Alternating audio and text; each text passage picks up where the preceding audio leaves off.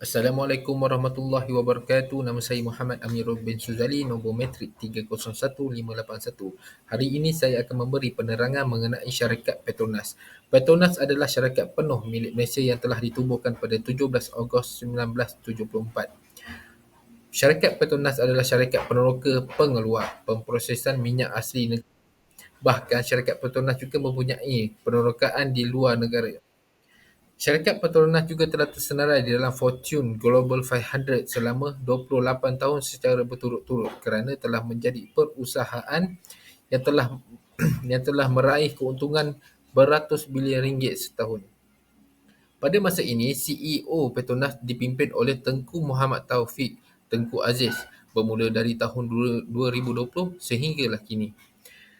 Syarikat Petronas juga adalah penyumbang utama ekonomi Malaysia dengan sumbangan dividen puluhan bilion ringgit Malaysia setahun. Pada tahun 2022, syarikat Petronas telah menyumbang dividen kepada kerajaan Malaysia sebanyak 50 bilion. Syarikat Petronas juga mempunyai kaki tangan sebanyak 48,000 di seluruh dunia. Ini menunjukkan syarikat Petronas mempunyai peluang kerjaya yang luas. Setiap perniagaan pasti mempunyai misi dan visi yang menjadi penentu hala tuju syarikat di masa hadapan. Bagi Petronas, misinya adalah untuk menjadi pembekal yang terkemuka di peringkat antarabangsa.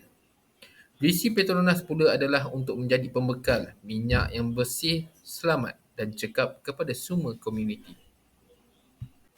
Piagam pelanggan atau kadang-kadang juga dikenali sebagai piagam perkhidmatan atau piagam kualiti adalah dokumen yang merangkumi komitmen organisasi terhadap pelanggan dalam hal perkhidmatan atau produk yang disediakan. Bagi syarikat Petronas juga, dia telah menetapkan piagam pelanggan dalam meraih kepercayaan serta kepuasan hati pelanggan. Nombor satu, memberikan pengalaman terbaik. Petronas memberikan pengalaman terbaik dalam membina kepercayaan pelanggan terhadap produk yang ditawarkan. Nombor dua, keselamatan keutamaan Petronas. Keselamatan pengguna adalah keutamaan Petronas, di mana Petronas telah menyediakan di semua stesen-stesen Petronas yang ada di Malaysia ini tempat berkumpul jika berlaku sesuatu kecemasan yang dikenali sebagai go-to safety point.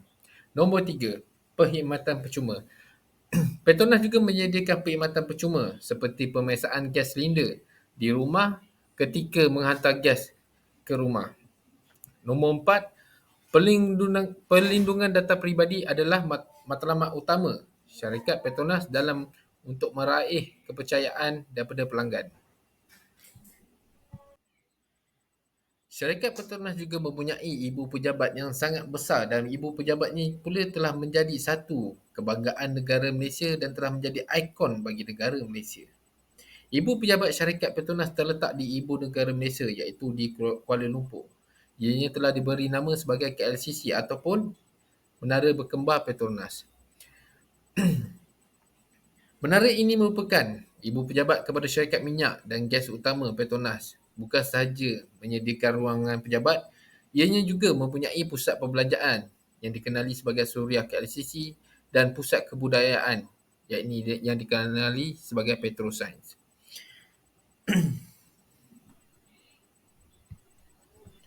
Menara ini juga direka untuk menahan gempa bumi dan angin yang kuat dengan menggunakan teknologi reka bentuk yang canggih pada masa itu. Pada masa sekarang ini, KLCC telah menjadi satu tumpuan pelancong yang datang melawat ke Kuala Lumpur. Keabsahan syarikat Petronas dengan mendirikan Menara Berkembar Petronas menunjukkan carta aliran tunai yang masuk itu kukuh serta mampu menjamin masa hadapan yang cemerlang. Menara Berkembar Petronas juga adalah simbol kemajuan dan keindahan seni bina Malaysia yang memperlihatkan pencapaian teknologi dan kecemerlangan dalam seni bina moden yang berunsurkan corak Islami. Assalamualaikum, saya Muhammad Hafizi bin Rosli, nombor metrik 301564. Seterusnya saya akan menerangkan tentang syarikat Saudi Aramco. Syarikat Saudi Aramco mula ditubuhkan ditetapkan pada tahun 1933, di mana pada permulaan nama syarikat Saudi Aramco dipanggil Syarikat Minyak Standard California. Setelah perjanjian dibuat dengan Kerajaan Arab Saudi pada tahun tersebut, syarikat itu dipanggil California Arabian Standard Oil Company. Dan pada tahun 1980, Kerajaan Arab Saudi telah mengambil alih dan mengembali semua saham dan menjadikan syarikat itu 100% milik Arab Saudi. Dan pada tahun 1988, secara rasmi nama syarikat ditukar kepada Saudi Aramco.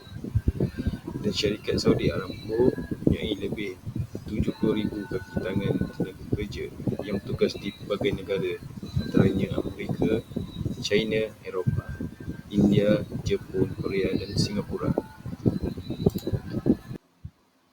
Okey, seterusnya mengenai misi dan visi syarikat Saudi Aramco.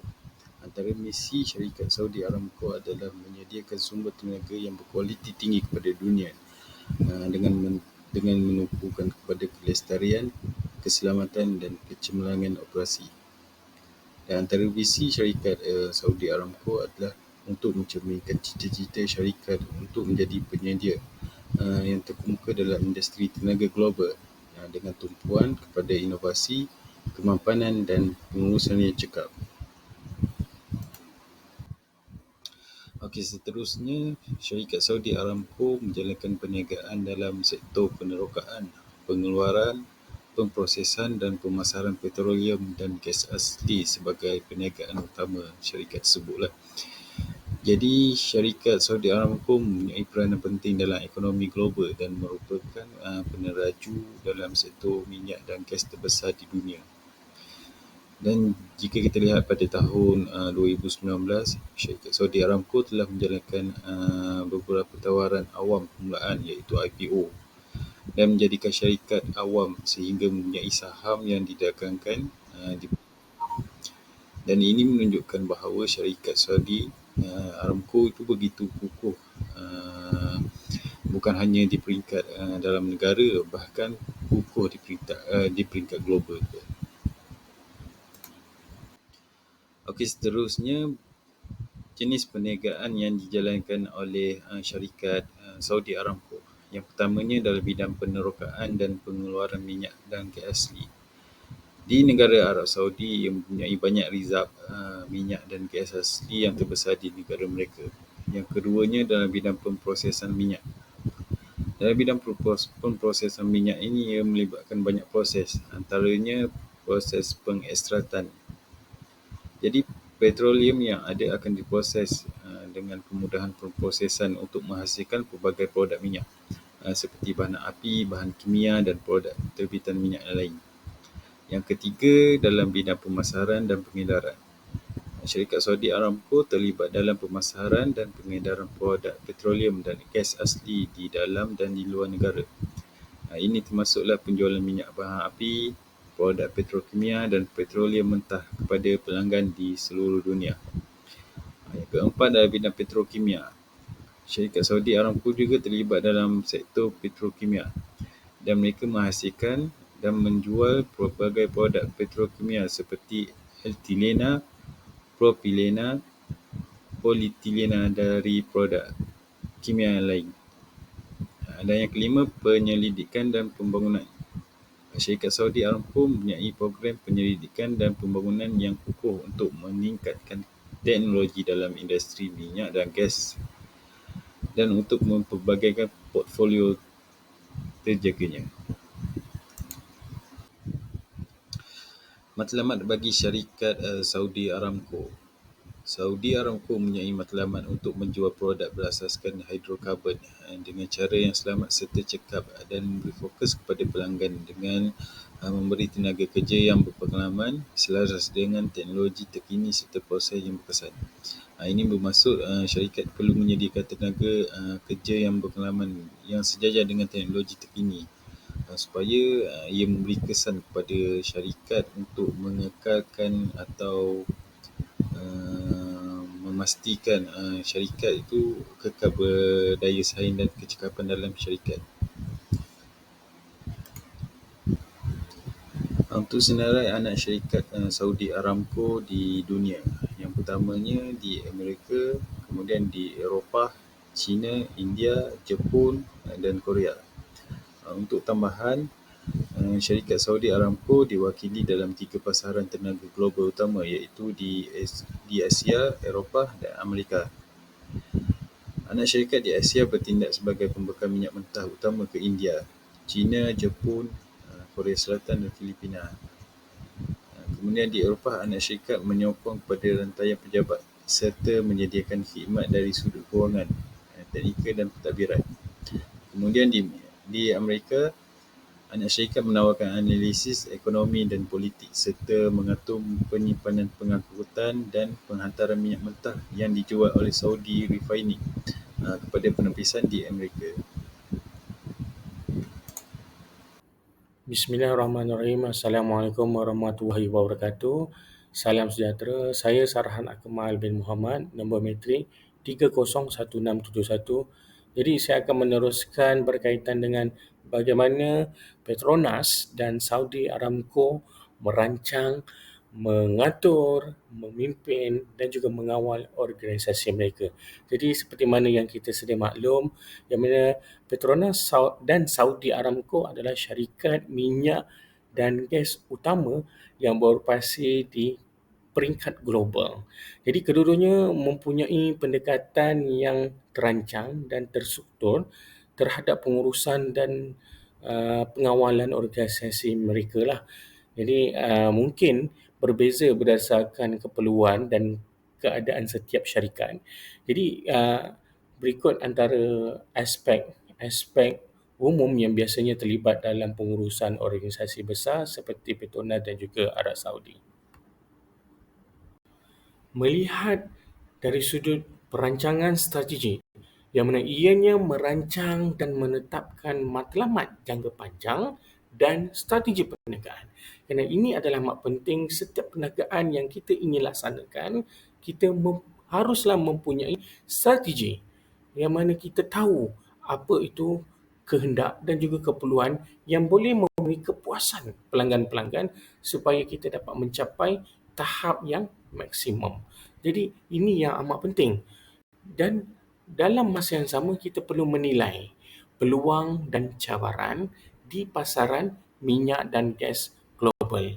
Sama ada kita mempunyai peluang dan ruang yang baik ataupun peluang ruang yang mungkin pada masa yang akan datang, bukan pada yang masa kini, jadi pada masa yang akan datang. Jadi kita cuba terokai, kita cuba kaji, membuat analisa supaya kita dapat memenuhi pasaran, ya, seperti mana yang kita dapat lihat. Poin yang ketiga iaitu mengenal pasti kekuatan dan kelemahan untuk meningkatkan kedudukan pasaran. Ini adalah yang amat penting kerana setiap perniagaan yang kita ingin laksanakan, kita perlu mengetahui di mana kekuatannya dan di mana kelemahannya supaya ianya balance, kita tahu. Jadi ini yang cuba diamalkan oleh syarikat Petronas dan juga Saudi Aramco.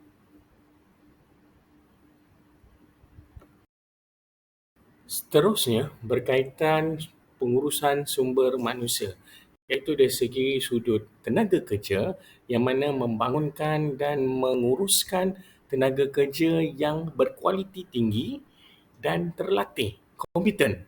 Jadi, macam mana nak dapat yang berkualiti tinggi dan juga terlatih? Perlulah melaksanakan program latihan dan juga pembangunan untuk meningkatkan kemahiran pekerja, yang mana setiap pekerja yang berada di dalam organisasi ini haruslah mempunyai knowledge. Ini yang diamalkan oleh syarikat Petronas dan juga Saudi Aramco.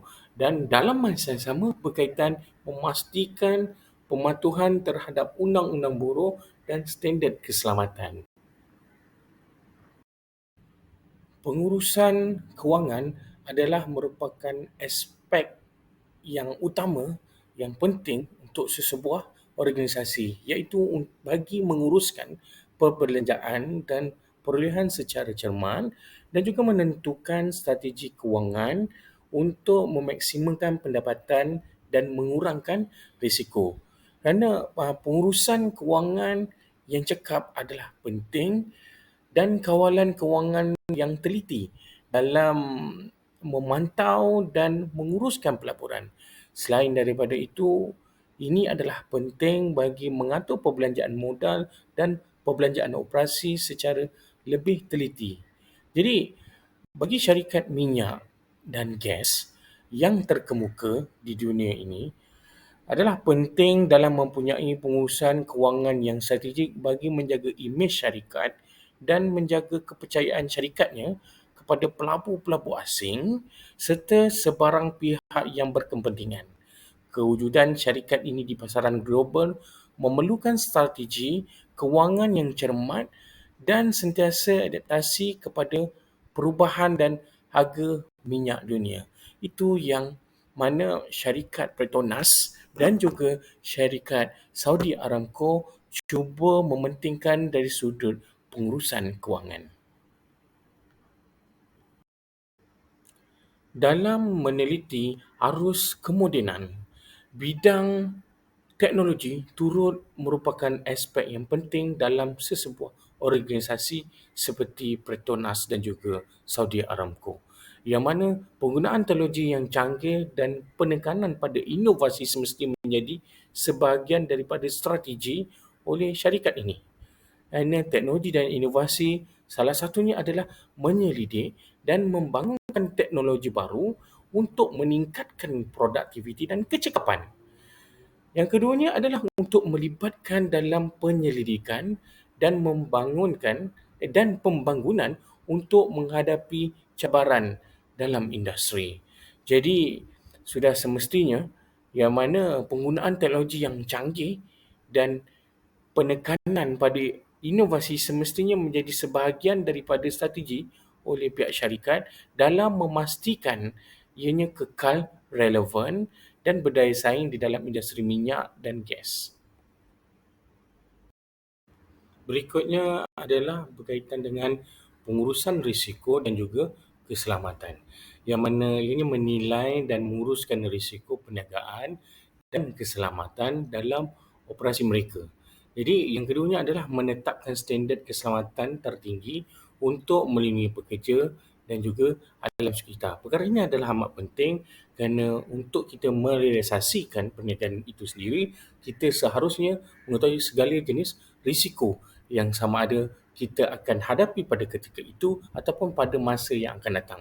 Itu yang kita perlu tahu, dan keselamatan adalah yang very important kepada setiap organisasi seperti mana yang diamalkan oleh syarikat Petronas dan juga Saudi Aramco. Bagi syarikat Petronas dan juga Saudi Aramco, yang mana pengurusan operasi ini adalah satu aspek yang amat penting bagi syarikat mereka, yang mana pengurusan operasi tersebut melibatkan pemantauan prestasi dan juga produktiviti bagi setiap fasiliti mereka. Jadi oleh itu mereka perlu menggunakan teknologi yang terkini, automatik dan juga pengumpulan data untuk meningkatkan kecekapan atau memastikan operasi harian berjalan lancar dan juga cekap. Jadi dalam masa sama ianya bagi mengurangkan risiko yang dihadapi dalam industri minyak dan gas tersebut dan menerapkan amalan terbaik dalam pengeluaran dan pengendalian fasiliti.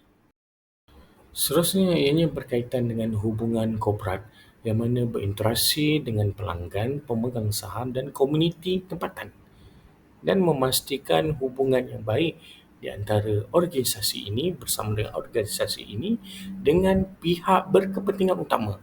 Seperti mana yang kita lihat, syarikat Petronas dan juga Saudi Aramco membuat hubungan baik bagi mencapai tujuan untuk merealisasikan perniagaan mereka, yang mana bagi mencapai tahap yang maksimum kepuasan kehendak masyarakat, ia perlu mewujudkan satu hubungan bersama pelbagai pihak.